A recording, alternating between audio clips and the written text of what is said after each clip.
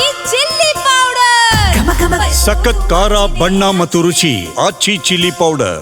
ಧರ್ಮಸ್ಥಳದಲ್ಲಿ ಷಡ್ಯಂತ್ರ ರೂಪಿಸಿದ ರೂವಾರಿಯಾಗಿ ಚಿನ್ನಯ್ಯನನ್ನ ಅರೆಸ್ಟ್ ಮಾಡಲಾಗಿರುತ್ತೆ. ಜಾಮೀನಿನ ಮೇಲೆ ಆಚೆ ಬಂದು ಈಗ ಬುರುಡೆ ಗ್ಯಾಂಗ್ನ ವಿರುದ್ಧನೇ ಚಿನ್ನಯ್ಯ ದೂರು ಕೊಟ್ಟಿದ್ದಾನೆ ಅನ್ನೋದು ಗೊತ್ತಾಗ್ತಾ ಇದೆ. ಬುರುಡೆ ಗ್ಯಾಂಗ್ ವಿರುದ್ಧವೇ ಮಾಸ್ಕ್ ಮ್ಯಾನ್ ಚಿನ್ನಯ್ಯ ದೂರು ದಾಖಲಿಸಿದಾನಂತೆ.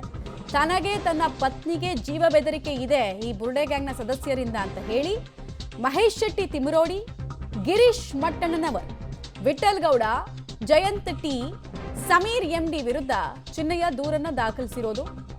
ಬೆಳ್ತಂಗಡಿ ಪೊಲೀಸ್ ಠಾಣೆಯಲ್ಲಿ ಚಿನ್ನಯ್ಯ ಬಂದು ದೂರು ಕೊಟ್ಟು ನಮಗೆ ರಕ್ಷಣೆ ಕೊಡಿ, ಇಲ್ಲಾಂದ್ರೆ ಇವ್ರು ನಮ್ಮನ್ನು ಕೊಂದಾಕ್ಬಿಡ್ತಾರೆ ಅಂತ ಜೀವ ಬೆದರಿಕೆಗೆ ಸಂಬಂಧಪಟ್ಟಂತೆ ದೂರನ್ನ ಕೊಟ್ಟಿರೋದು. ಹಿಂಗ್ ಬಂದು ಏಕಾಏಕಿ ದೂರು ಕೊಡೋದಕ್ಕೆ ಸಾಧ್ಯ ಇಲ್ಲ. ಈ ಚಿನ್ನಯ್ಯನನ್ನ ಈ ಗ್ಯಾಂಗ್ನ ಸದಸ್ಯರು ಯಾರಾದರೂ ಕಾಂಟ್ಯಾಕ್ಟ್ ಮಾಡಿರ್ಬೋದು, ಮಾಡಿರುವಂತಹ ದಾಖಲೆ ಅವನ ಹತ್ರ ಇರಬಹುದು. ಹೀಗಾಗಿ ಕಂಪ್ಲೇಂಟನ್ನು ಕೊಟ್ಟಿದ್ದಾನೆ ಅನ್ನೋದು ತಿಳಿದು ಬರ್ತಾ ಇದೆ. ದೂರನ್ನ ಆಧರಿಸಿ ಹೆಂಗೀಗ ಪೊಲೀಸರು ಕ್ರಮ ಕೈಗೊಳ್ತಾರೆ ಅನ್ನೋದು ನೋಡಬೇಕು. ಇನ್ನೊಂದು ಕಡೆಗೆ ಈ ಬುರುಡೆ ಗ್ಯಾಂಗ್ನ ಷಡ್ಯಂತ್ರ ಹೇಗಿತ್ತು ಮತ್ತಿವರ ಪ್ರಯತ್ನಗಳು ಹೇಗಿತ್ತು ಅನ್ನೋದು ಇತ್ತೀಚೆಗಷ್ಟೇ ಬಯಲಾಗಿತ್ತು. ಡೀಟೇಲ್ಸ್ ಕೊಡ್ತಾರೆ ಸುಕ್ಪಾಲ್, ಎಷ್ಟೊತ್ತಿಗೆ ಬಂದು ದೂರು ಕೊಟ್ಟಿರೋದು, ದೂರಿನಲ್ಲಿ ಏನೇನು ಅಂಶಗಳನ್ನು ಉಲ್ಲೇಖ ಮಾಡಿದ್ದಾನೆ ಚಿನ್ನಯ್ಯ? ಮಮತಾ, ಈ ಚಿನ್ನಯ್ಯ ಜೈಲಿನಿಂದ ಹೊರ ಬರ್ತಿದ್ದಾಗಲೇ ಈಗ ಪೊಲೀಸ್ ಠಾಣೆಗೆ ಎಂಟ್ರಿ ಕೊಟ್ಟಿರುವಂತದ್ದು. ಪ್ರಮುಖವಾಗಿ ನಿನ್ನೆ ಸಂಜೆ ವೇಳೆಗೆ ಹೋಗಿ ದೂರನ್ನ ಕೊಟ್ಟಿರುವಂತದ್ದು. ಪೊಲೀಸರು ಇದೀಗ ದೂರ ಅರ್ಜಿಯನ್ನು ದಾಖಲಿಸಿಕೊಂಡಿದ್ದಾರೆ. ಇದರಲ್ಲಿ 5 ಜನರ ವಿರುದ್ಧ ಪೊಲೀಸ್ ಠಾಣೆಗೆ ದೂರನ್ನ ಕೊಟ್ಟಿರುವಂತದ್ದು.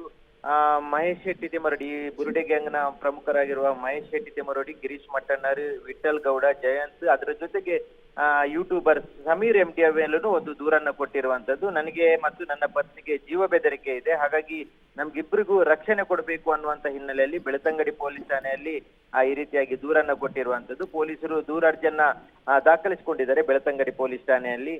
ಮುಂದಿನ ತನಿಖೆಯನ್ನ ಕೈಗೊಳ್ಳಲಾಗುವುದು ಅನ್ನುವಂಥದ್ದನ್ನ ಹೇಳಿರುವಂತದ್ದು. ಈಗ ಈ ಒಂದು ಪ್ರಕರಣದಲ್ಲಿ ಆತ ನಾನು ಷಡ್ಯಂತರಕ್ಕೆ ಬಲಿಯಾಗಿದ್ದೇನೆ ಅನ್ನುವಂಥದ್ದನ್ನು ಆರಂಭದ ದಿನಗಳಿಂದಲೂ ಕೋರ್ಟ್ನ ಮುಂದೆ ಮತ್ತೆ SIT ತನಿಖಾಧಿಕಾರಿಗಳ ಮುಂದೆ ಹೇಳ್ತಾ ಇದ್ದ. ಅದನ್ನ ಈಗ ಆ ಹಿನ್ನೆಲೆಯಲ್ಲಿ ನಮ್ಗೆ ಜೀವ ಬೆದರಿಕೆ ಇದೆ ಅನ್ನುವಂಥದ್ದನ್ನ ಆತ ಈಗ ದೂರಿನ ಮೂಲಕ ಹೇಳ್ಕೊಂಡಿರುವಂತದ್ದು. ಮಮತಾ, ಸುಕ್ಪಾಲ್, ದೂರನ್ನ ಆಧರಿಸಿ ಈಗ ಏನ್ ಕ್ರಮ ಕೈಗೊಳ್ಳೋದಕ್ಕೆ ಬರುತ್ತೆ? ಪೊಲೀಸರು ಇವ್ರನ್ನ ಯಾರನ್ನಾದ್ರೂ ನೋಟಿಸ್ ಕೊಟ್ಟು ವಿಚಾರಣೆ ಕರೆಸ್ತಾರಾ? ಏನೇನ್ ಮಾಹಿತಿ ಇದೆ?